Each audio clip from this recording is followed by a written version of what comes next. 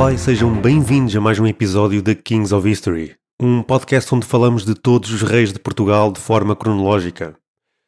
No último episódio ficámos a conhecer os momentos iniciais da vida de Dom Afonso III. Olhámos para a sua partida para a França e falámos do tempo que lá viveu junto da sua tia e do seu primo, o ilustre rei Dom Luís IX de França. Terminámos quando este regressa a Portugal, com a ajuda do Papa para reclamar o governo do reino para si. Neste episódio vamos conhecer todos os detalhes desta transição de reinado. Um período tenso, sangrento, em que os irmãos se enfrentam e o reino se divide. Mas antes de começarmos, gostaria de lembrar a todos que podem ouvir todos os nossos episódios até agora lançados através do nosso website kingsofhistory.buzzsprout.com e que também nos podem seguir nas redes sociais para estarem sempre a par de quando lançamos episódios e muitas outras coisas. E se sentirem generosos e nos quiserem ajudar, passem pelo nosso Patreon. Bem, vamos então continuar a nossa história. Vamos começar este episódio com um acontecimento que abalou profundamente o já frágil reinado de Dom Sancho II. No verão de 1246, a rainha de Portugal, Messia, esposa de Dom Sancho II, foi raptada em Coimbra, onde se encontrava com o seu marido. O responsável por este acontecimento foi Raimundo Viegas de Porto Carreiro, irmão do arcebispo de Braga, Dom João Viegas. Raimundo levou a rainha para o castelo de Orém, uma fortaleza que, curiosamente, lhe tinha sido prometida pelo rei de Portugal, caso este morresse. Sabemos que, poucos meses depois, em setembro desse mesmo ano, a rainha ainda se encontrava em Orém, pois existem registros de doações feitas por ela a partir deste castelo. Alguns historiadores, como é o caso de José Matoso, Alexandre Herculano, Benevides e Figonier, levantam a hipótese de que este rapto talvez não tenha sido um rapto de todo, mas sim uma fuga planeada por Messia para se afastar de Dom Sancho II e aproximar-se politicamente de Dom Afonso III, que de facto acabou por lhe conceder o domínio de Orém. No entanto, outros autores, como Guy Broyes de Ballesteros, consideraram esta ideia pouco provável, pois um dos irmãos da rainha estava ao seu lado, enquanto o outro combatia juntamente com as tropas de Afonso de Castela a favor de Dom Sancho II, o que tornava esta suposta aliança bastante improvável. Enquanto isso, Dom Sancho II permanecia entrincheirado em Coimbra, rodeado apenas por um pequeno grupo de homens leais, como é o caso dos eclesiásticos de Santa Cruz. Dom Afonso III instala o seu quartel em Leiria, transformando a cidade no centro das suas operações.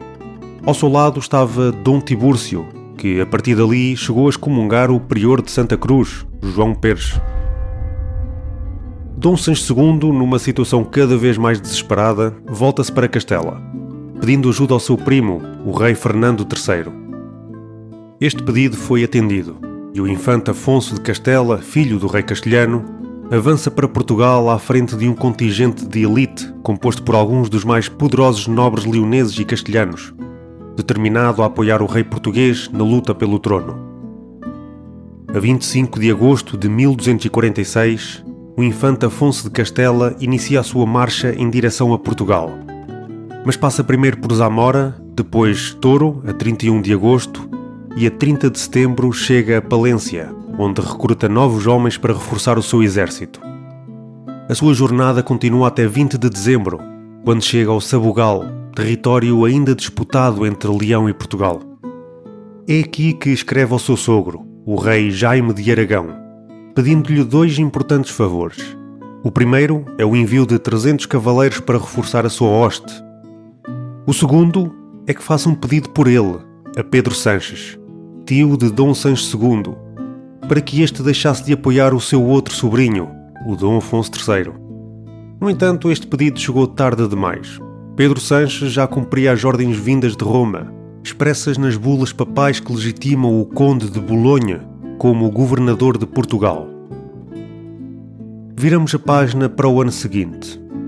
E a 13 de janeiro de 1247, Dom Sancho II, acompanhado das suas forças, entre elas as tropas de Soverosa e o exército castelhano, liderado pelo infante Afonso de Castela, avança sobre Leiria. O ataque é brutal. cerca de 200 homens são mortos e as áreas em torno da cidade ficam devastadas. Apesar da violência e do impacto imediato, esta seria a única intervenção direta do infante Afonso de Castela em território português com o intuito de apoiar o rei português deposto. Esta ação militar custou-lhe caro, pois agiu ao contrário da vontade do seu pai, Fernando III de Castela, e assim, o infante acabou por ser excomungado pelos bispos de Coimbra e Braga. 2 meses mais tarde, em março de 1247, o infante regressa a Castela e consigo traz Dom Sancho II, agora oficialmente afastado do trono português, tanto física como diplomaticamente. Todos estes confrontos que relatamos, apesar de terem os seus epicentros de poder em Coimbra e Leiria, verificaram-se um pouco por todo o reino. No centro do território e até entre Douro e Minho, multiplicavam-se os combates entre as forças leais a Dom Sancho II e as que apoiavam Dom Afonso III. Os apoiantes do Conde de Bolonha usaram tanta força como a diplomacia, tentando convencer os alcaides e chefes militares a mudar de lado. Em muitos dos casos conseguiram. Castelos como o de Lanhoso e outros na região da Beira passaram a jurar fidelidade a Dom Afonso III. No entanto, no meio de todos estes acontecimentos, infelizmente temos poucas fontes oficiais que documentam esta mudança de poder. Para preencher essas lacunas, os historiadores recorrem a um testemunho curioso e revelador da época, as cantigas de escárnio e maldizer. Estas cantigas, através do humor e da sátira, registaram as tensões e rivalidades políticas que marcaram este turbulento momento da história portuguesa. Numa destas canções, de autoria de Afonso Mendes de Besteiros, conta-se a história de um alcaide de um castelo junto à fronteira com o Reino de Leão que decide render-se ao partido de Dom Afonso III, invocando a falta de mantimentos. Contudo, o trovador refere que o alcaide tinha, na verdade, tudo o que precisava para se alimentar, sugerindo assim que a rendição não foi por necessidade, mas sim por conveniência. Numa outra composição escrita por Aires Pérez de Vuittoron, um trovador galego que acompanhou as forças castelhanas enviadas em auxílio de Dom Sancho II que rumaram a Leiria, relata algo interessante. 9 castelos da região da Beira foram entregues voluntariamente pelos seus alcaides ao Conde de Bolonha. O mesmo trovador menciona ainda que Sintra e Santarém passaram para o lado de Dom Afonso poucos meses após a sua chegada a Lisboa, tal como já tinha acontecido com Leiria e com o Castelo de Faria. Sabemos que nem todos se mostraram dispostos a apoiar o Conde bolonhês. Alguns senhores permaneceram fiéis a Dom Sancho II, resistindo ao avanço do irmão.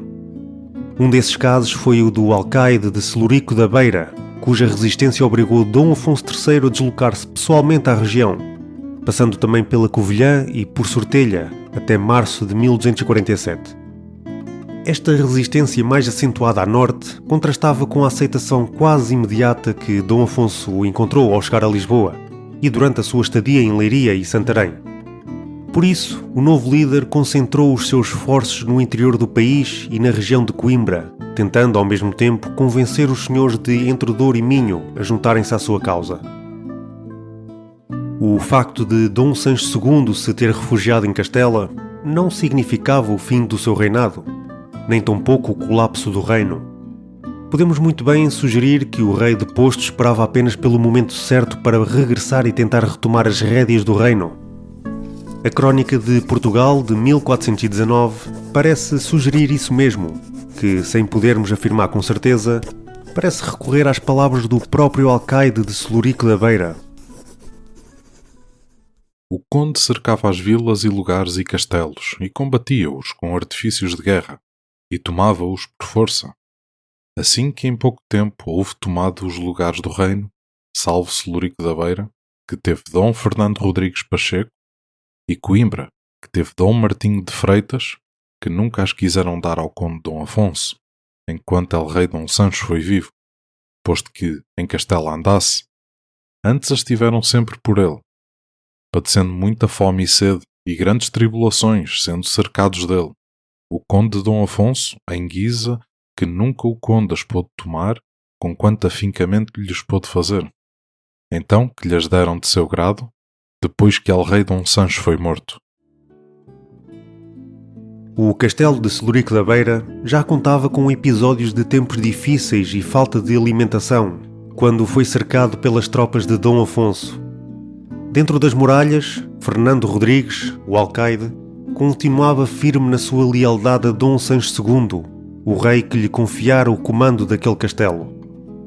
Esta crónica conta ainda que, enquanto Fernando Rodrigues rezava e tentava engenhar qualquer forma de providenciar mantimentos ao castelo, uma águia surgiu nos céus sobre o castelo. Esta, ao sobrevoá-lo, deixa cair uma truta fresca que trazia presa no bico. O alcaide interpretou o gesto como um sinal divino e decidiu usar isso a seu favor. Este mandou cozinhar a truta, juntou-lhe o que restava de bom pão e ainda o melhor vinho e enviou este cabaz como presente a Dom Afonso, que estava a cercar o castelo. Este cabaz foi acompanhado também de uma mensagem. Este poderia manter o cerco o tempo que quisesse, pois não seria pela fome nem pela sede que tomaria o castelo, pois tanto o castelo como a vila estavam bem guarnecidos.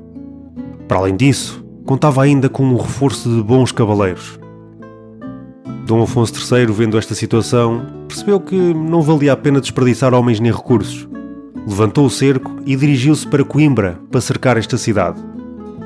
Este episódio faz lembrar o célebre cerco de Monção, que ocorreu muitos anos mais tarde, durante a crise de 1383-1385, e que celebrizou tanto a mulher ao comando, a partir desse momento conhecida como Deoladeu Martins, como a própria Praça de Monção.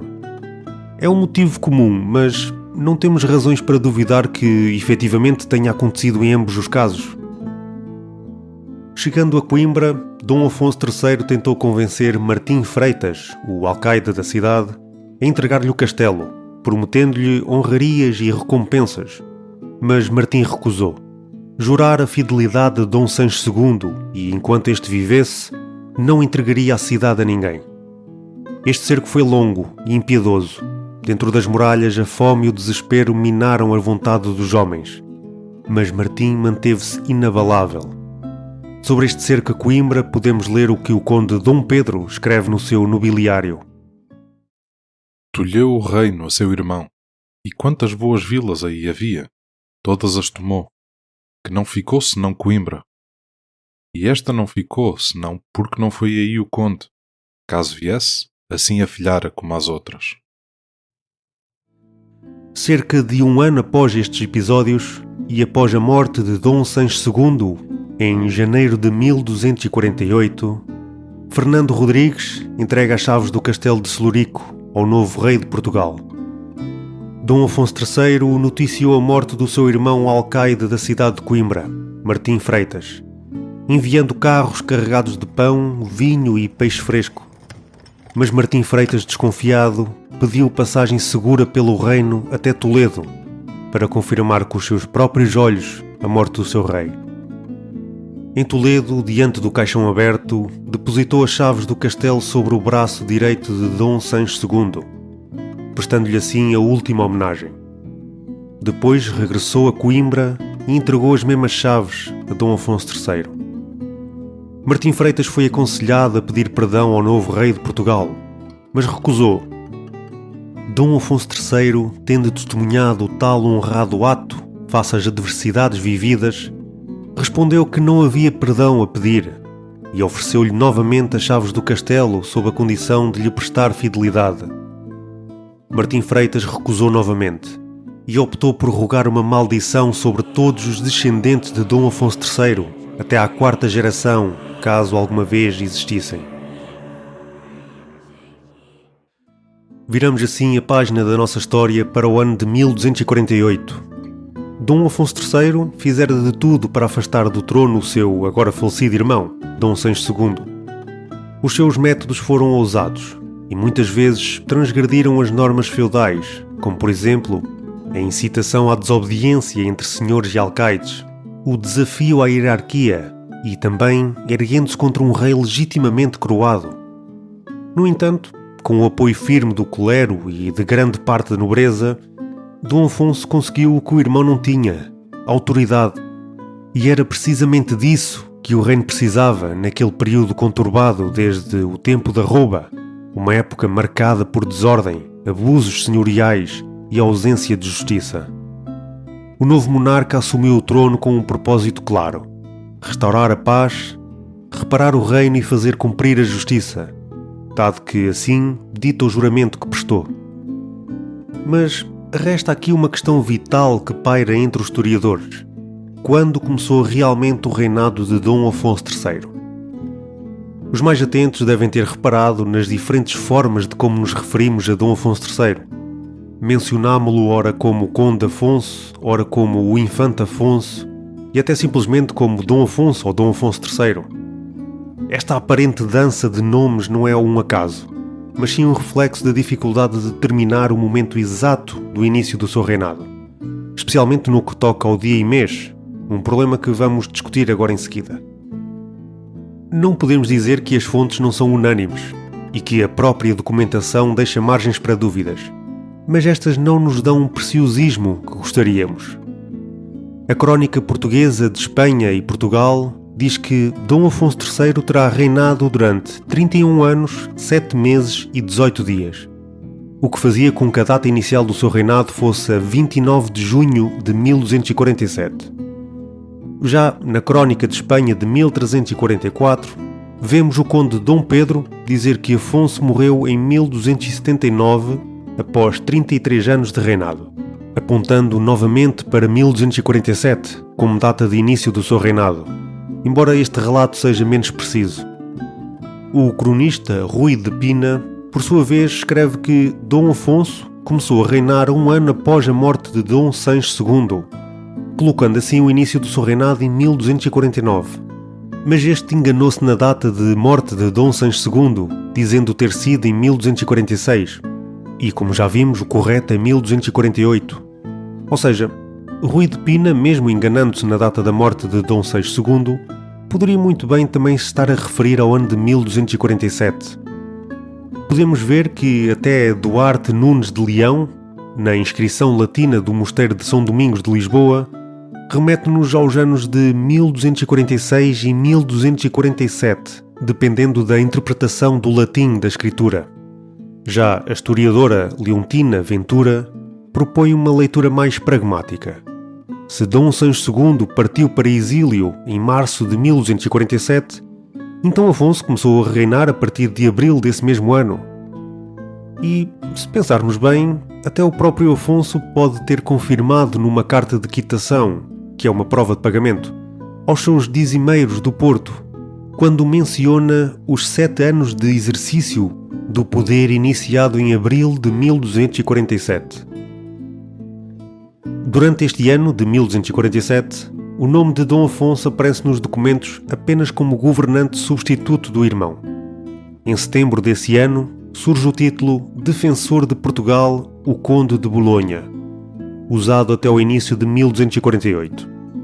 Só a 31 de janeiro de 1248, com a chegada da notícia da morte de Dom Sancho II em Toledo, é que Dom Afonso se torna, de facto, Dom Afonso III, rei de Portugal. O primeiro documento em que Dom Afonso III assume oficialmente o título de rei de Portugal e conde de Bolonha é datado de março de 1248, em Guimarães, onde se encontrava na altura com a sua corte.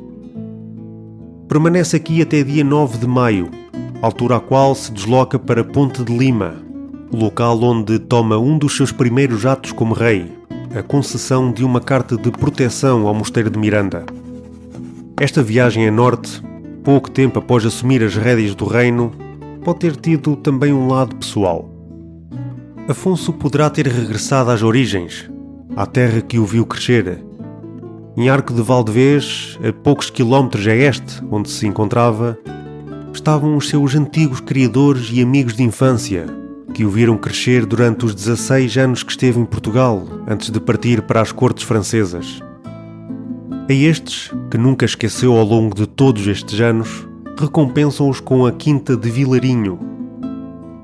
Ainda neste mês de maio, no ano de 1248, Dom Afonso III segue para Braga, rodeado pelos seus tios Pedro Sanches e Teresa Sanches. tal como pelo arcebispo de Braga, Dom João Viegas, alguns nobres e um clérigo. Nesta altura, confirma a doação de Mondim ao mosteiro de Tarouca. Pouco ou nada se sabe sobre a tomada de posse de Dom Afonso III, algo que seria um evento importante onde era dada a devida atenção ao novo monarca em funções. António Brandão acredita que esta possa ter ocorrido ainda em Guimarães, durante a permanência do rei na cidade em março. José Matoso, por seu lado, sugere Coimbra, a capital do reino, como o local mais provável para a coroação. Porém, a primeira cúria régia documentada, com data certa, é de novembro de 1248, em Orém. Ou seja, se este for realmente o momento da coroação do novo rei, faz com que este evento seja bastante tardio, uma vez que o costume ditava que o novo rei deveria receber logo o juramento e homenagem dos seus vassalos. Alexandre Herculano defende também que Dom Afonso III ainda se encontrava em Orém, em fevereiro de 1249. Nesta cúria em Orém estavam presentes os oficiais mores, vários nobres, conselheiros, o eterno Dom João Viegas, arcebispo de Braga, o seu capelão e as principais figuras do reino. Desde cedo se tornaria claro que Dom Afonso III era um monarca diferente, ambicioso, hábil e tenaz. Sob a sua orientação e a dos seus conselheiros, começaram as primeiras maquinações políticas e a planificação de uma expedição ao Algarve. Uma campanha com o objetivo de terminar de uma vez por todas com a Reconquista. E também porque há sinais preocupantes do lado de lá da fronteira, com o infante Afonso, o futuro Afonso X de Castela e Leão, a olhar para o território algarvio com cobiça. E também um rei da taifa de Niebla, que tinha todo o gosto em alimentar-lhe este território, como veremos mais tarde. Para a campanha, Dom Afonso III procura aliados fiéis dentro das fronteiras. Este estende a mão à única ordem verdadeiramente portuguesa de peso, a Ordem de Avis, concedendo-lhe o padroado das igrejas de São Miguel, São João e São Pedro de Coruche. O rei reconhece e agradece publicamente a sua ascensão ao trono, não aos seus méritos, mas a todos, em especial à graça do Rei dos Reis e, claro, à graça do Senhor dos Senhores. Mas nem tudo era um mar de rosas. Ou melhor, se mar havia, este era de espinhos. Dom Afonso III herda um reino estilhaçado pela violência, pela discórdia e pela ausência de justiça, numa guerra civil nunca antes vista desde a fundação do reino. Tempos que deixaram um poder régio enfraquecido e uma economia devastada.